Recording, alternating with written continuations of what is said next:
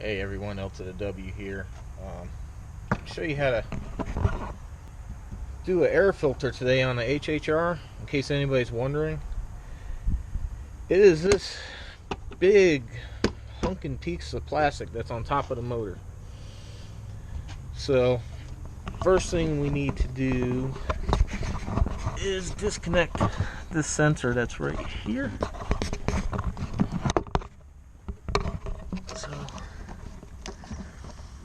There's a clip on the top that you push down on and you release it. As you can see right here. Just push down on that and then you can pull that off. Just kind of set that to the side.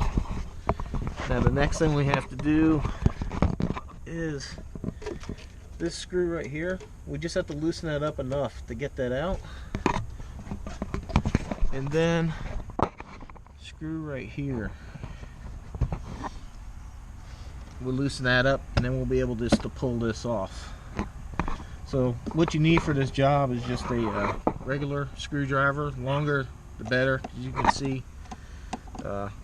Gives you a little bit more room to work.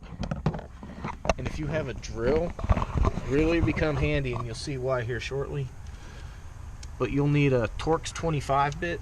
Some people call it a star, but a T25. I mean, if you have to do it by hand, that's one thing, but if you have a drill and some way of doing it, because there's like 6 or 8 screws to get your air filter out. Like I said, you'll see here in a minute. I'm going to go ahead and get these screws out.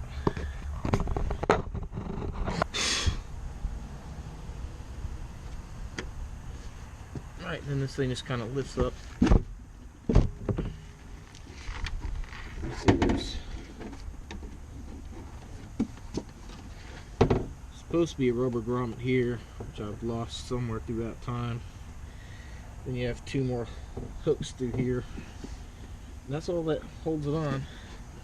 Now your air filter is in here. So there are 6 screws.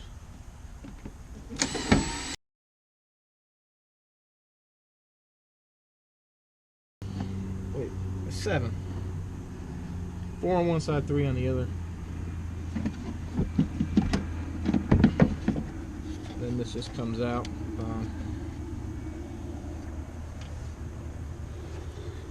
There's no air filter in here right now because I have a K&N and I took it out earlier to wash it. But I've already washed and oiled it, so now it's time for me to reinstall it. So I've been a bit of a bad person driving around with no air filter for a minute. So here's my freshly cleaned and oiled K&N. What you do is you just drop it in like this.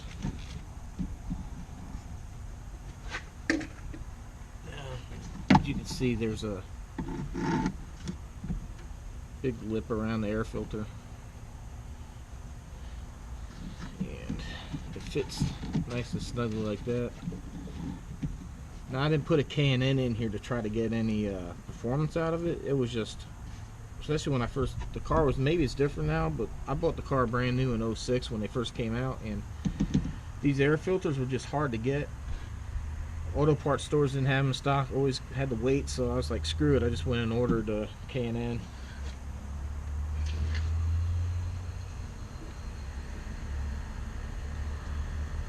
So now we just snap that back on. Now if you're using a drill and you got a clutch, make sure you set that down kind of low because this is plastic.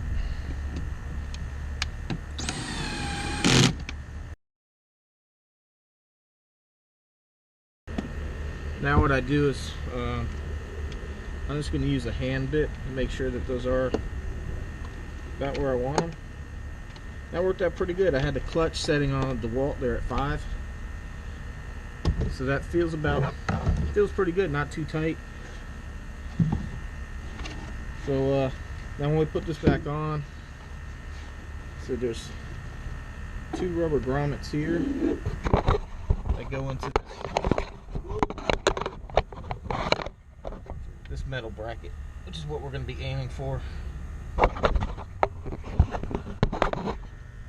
So here's the bracket that holds the air filter, and see these 2 metal lugs.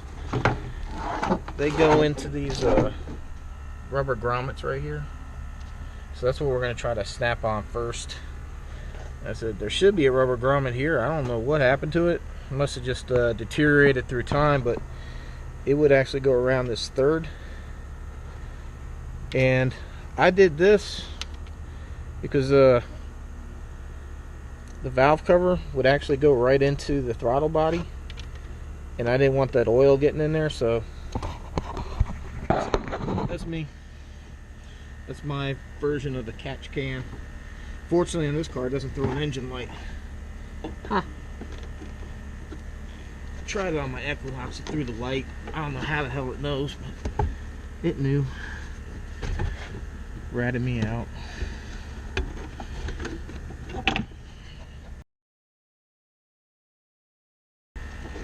Actually, probably easier to go ahead and put this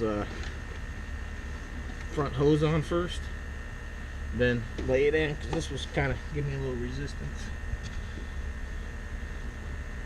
But that's it. We're just put your two hoses back on, tighten those clamps, and don't forget to plug your throttle back in. In other words, you won't be able to drive it. And that's it. Hopefully that helped anybody that's got one of these little cars. It means a lot to me. Like, shares, comments, definitely appreciate it, and we will see you on the next video. Thank you for watching.